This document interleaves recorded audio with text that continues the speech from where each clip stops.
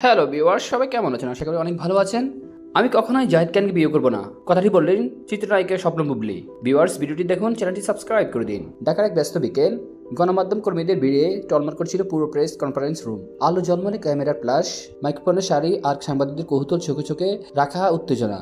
স্বপ্ন বুবলি ধীরে ধীরে সুস্থ স্টেজে উঠে দাঁড়ালেন। তার চেহারায় দৃঢ়তা, চোখে মুখে যেন এক চূড়ান্ত সিদ্ধান্তের ছাপ। মাইক্রোফোনের হাতে নিয়ে তিনি বললেন, আমি কখনো জাহিদ খানকে বিয়ে করব না। রুম জুড়ে তখন নিস্তব্ধতা, যেন কেউ এক মুহূর্তের জন্য নিঃশ্বাস নিতে ভুলে গেছে।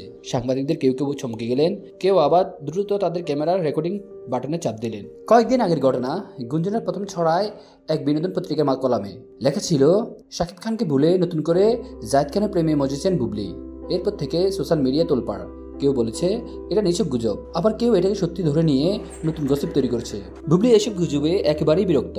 যদিও মিডিয়াতে তিনি বরাবরই ঠান্ডা মাথার, তবে এবার যেন ধৈর্যের ভাত ভেঙে গেছে। কয়েকদিন আগেই এক সাংবাদিক ফোন করেছিল, আপনি কি সত্যি জাহিদ খানকে বিয়ে করতে চলেছেন? বুবলি ফোনের ওপাশে বিরক্তি সুরে বলেছিলেন, এসব আজেবাজে খবর কোথা থেকে পান? আমি এই বিষয়ে কোনো মন্তব্য করতে চাই না। কিন্তু মন্তব্য না করলেও আলোচনা থামছিল না।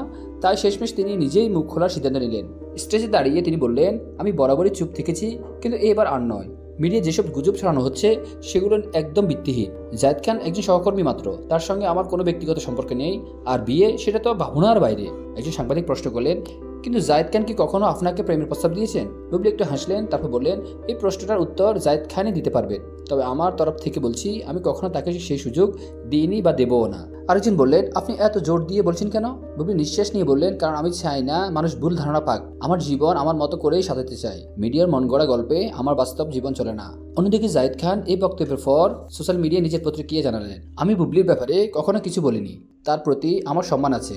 তবে মানুষ যা খুশি তাই বলে। মিডিয়া কিছু অংশ ইচ্ছা করে এমন খবর বানায় যা আমাদের বিব্রত করে। তবে এই মন্তব্য বিতর্ক থামেনি। অনেকে বলতে লাগলো, তাহলে কি সত্যি বুবলিকে পছন্দ করেন জাহিদ? কেউ কেউ বলল, জাহিদ খান তো বরাবরই লুকিয়ে লুকিয়ে প্রেম করেন, মিডিয়ার সামনে স্বীকার করেন না। বুবলির বক্তব্য ছড়িয়ে পড়তেই সোশ্যাল মিডিয়ায় ঝড় ওঠে। একজন লিখল, অপু বিশ্বাস যেমন বলেছিলেন শাকিব খানের সঙ্গে প্রেম নেই, পরে দেখা গেল সত্যি ছিল। বুবলির ক্ষেত্রেও কি তাই হবে? আরেকজন লিখল, বুবলি সঠিক করেছেন, একজন স্বাধীন নারীর উচিত নিজের অবস্থান স্পষ্ট করা। তবে কেউ কেউ হাস্যরসের ছলে লিখল, জাহিদ ভাই কি এখনো কান্না করছে? দিন কয়েক পর বুবলি একটি নতুন ছবির মহরতে যোগ দিলেন।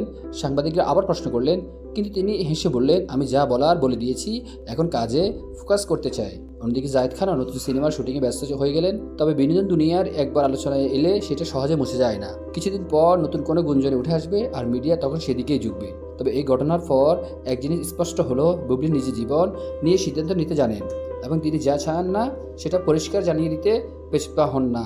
ভিউয়ার্স, আপনাদের কি অভিমত অবশ্যই কমেন্ট সেকশনে পাঠিয়ে দিন। পরবর্তী আপডেট পেতে আমাদের সাথেই থাকুন, চ্যানেলটি সাবস্ক্রাইব করে দিন। ধন্যবাদ।